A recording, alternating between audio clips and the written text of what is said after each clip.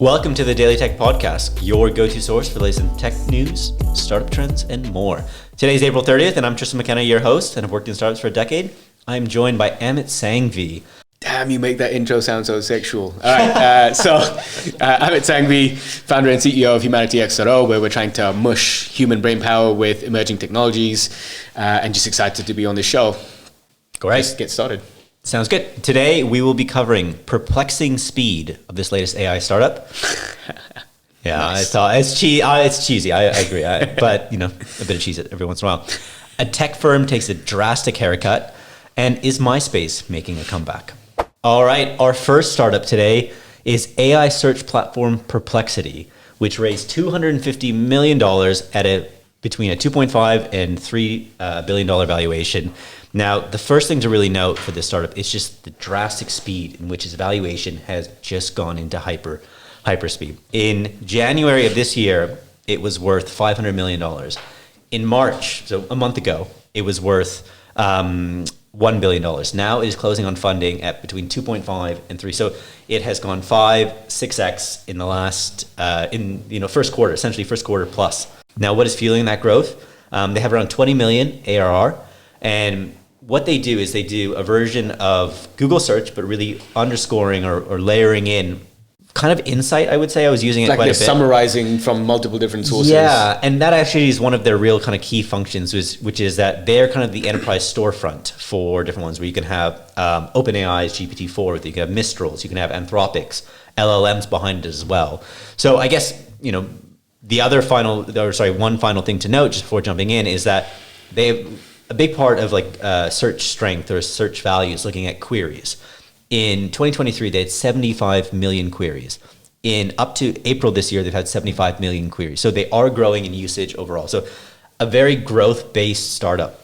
Valuation crazy or within line? So I think crazy. And I don't think when we're comparing against, in this paradigm shift of how people interact with technology now and how AI is weaved into technology now, I think there's a shift in the value of search through text-based searching on your desktop or on your phone. I think there's a massive change. So long story short, I think the valuation is crazy because you can't just compare them against the Google search capacity. You have to compare them against an Alphabet Inc.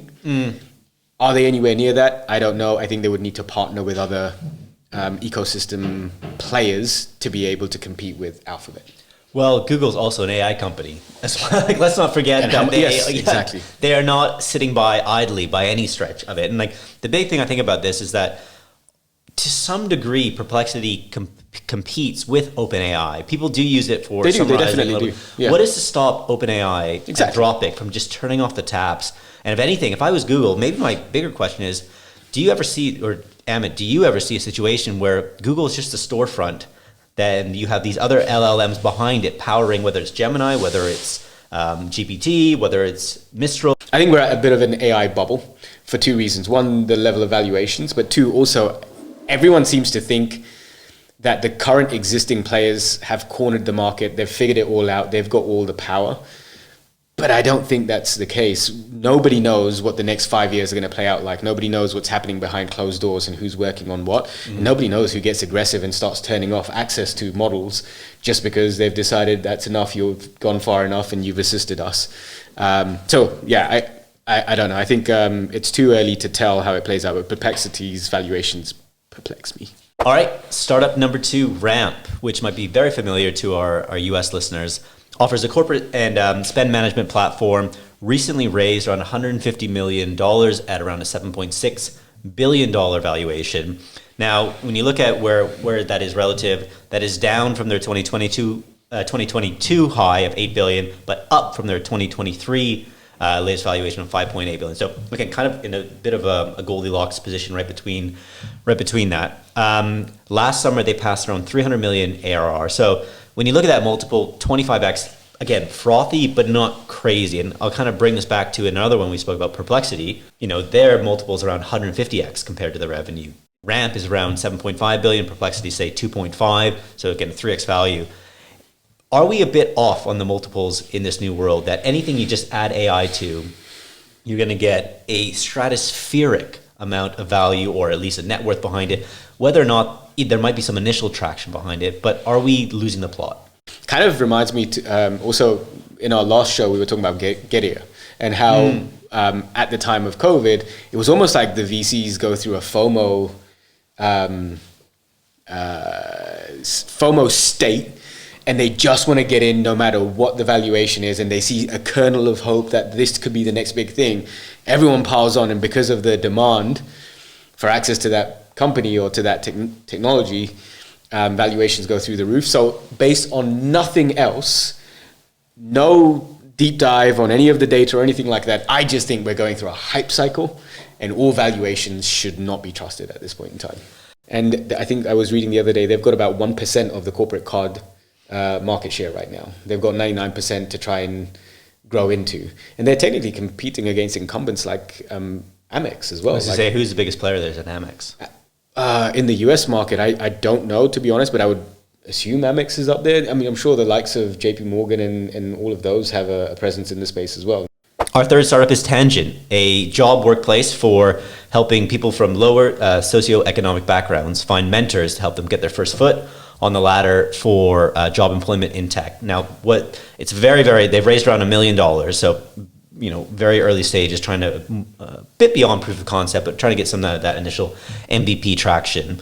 The one thing I'll say, kind of my key take on this, is that they're starting first with the sales, finding mentors for people moving into sales, which I think is smart.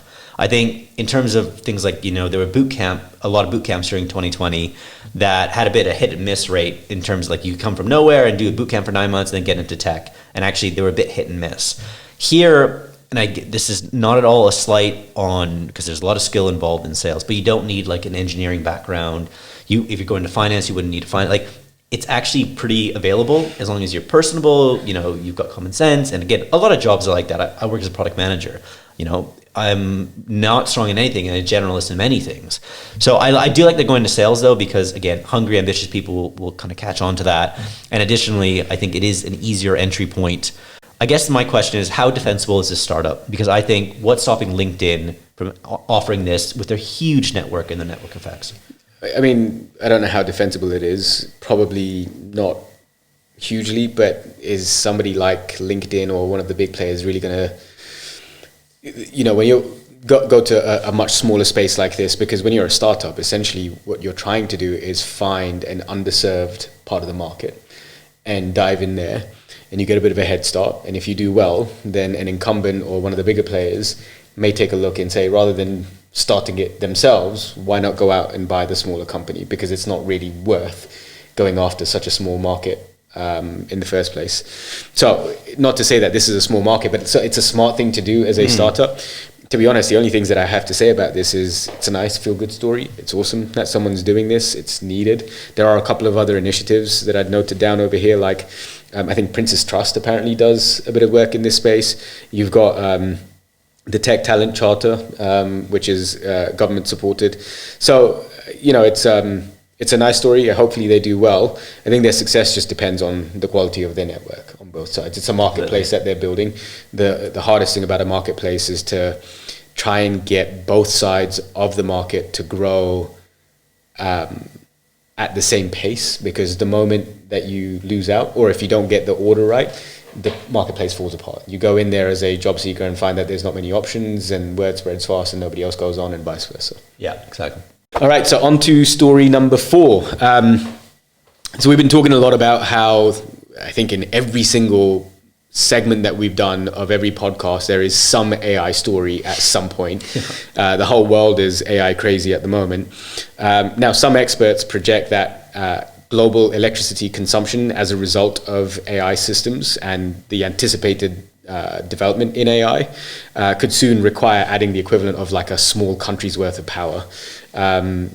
So then it obviously attracts investment, because somebody's going to have to try and unlock the gap in level of energy available, volume of energy available to these businesses.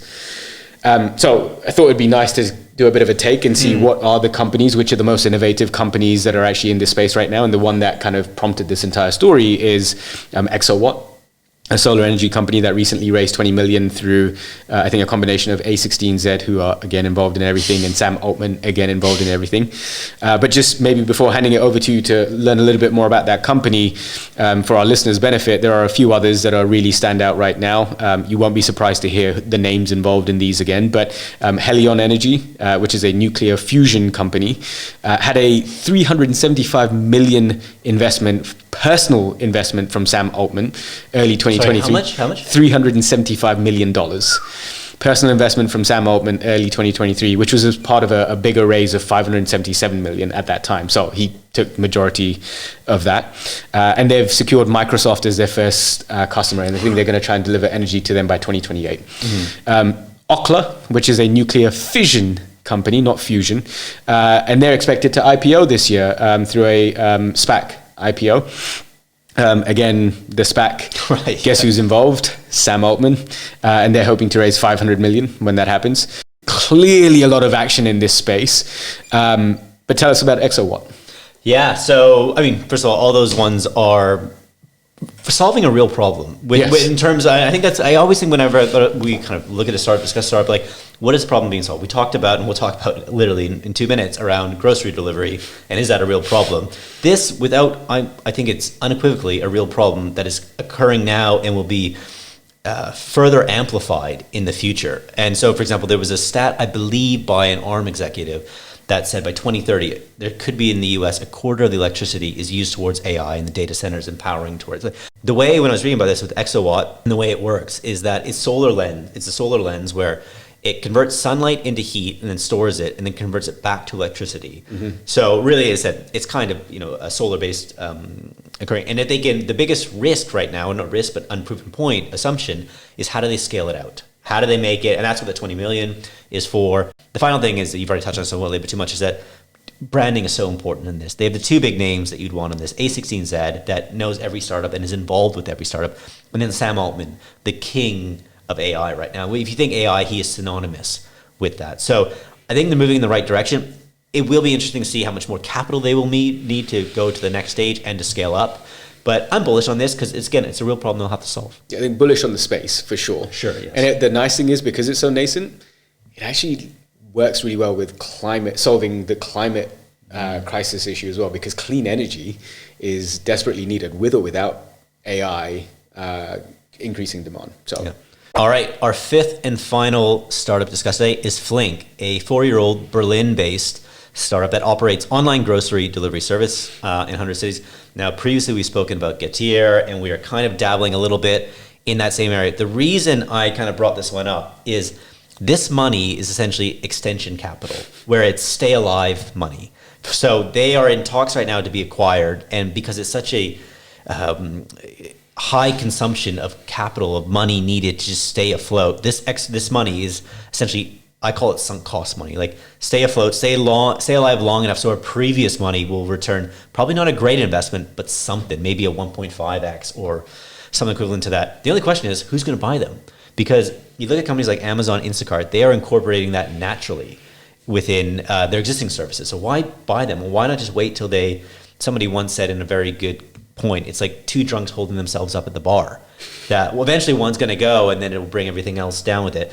So with them and Getir and the other ones, my question to you, are we witnessing like a startup extinction event for quick mobile delivery? I actually don't think so. Okay.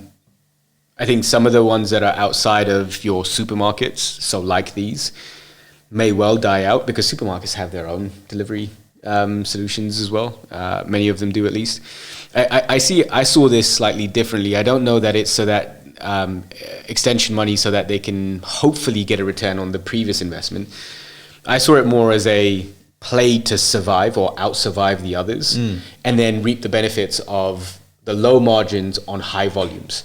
Because if everyone else dies out or they're able to actually consolidate and become a part of one single bigger service provider out there, then, like the margins that you can get on this, which are, I mean, they're terrible, but 4 to 8% is what I was reading, or an EBIT of 2 to 5%.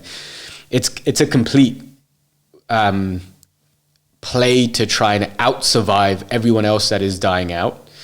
And then if you're the last one standing, you can imagine that 4 to 8% on exclusive volume of business directly through your company, then that's actually pretty decent. Yeah, it's fair. The big question is it's a volume game now. In the same way like Tesla moving towards a cheaper car is now, but just scaling that up. And whether or not someone like Amazon and Instacart, which are not as prominent, at least Instacart's not as prominent here in Europe, but at least in the US.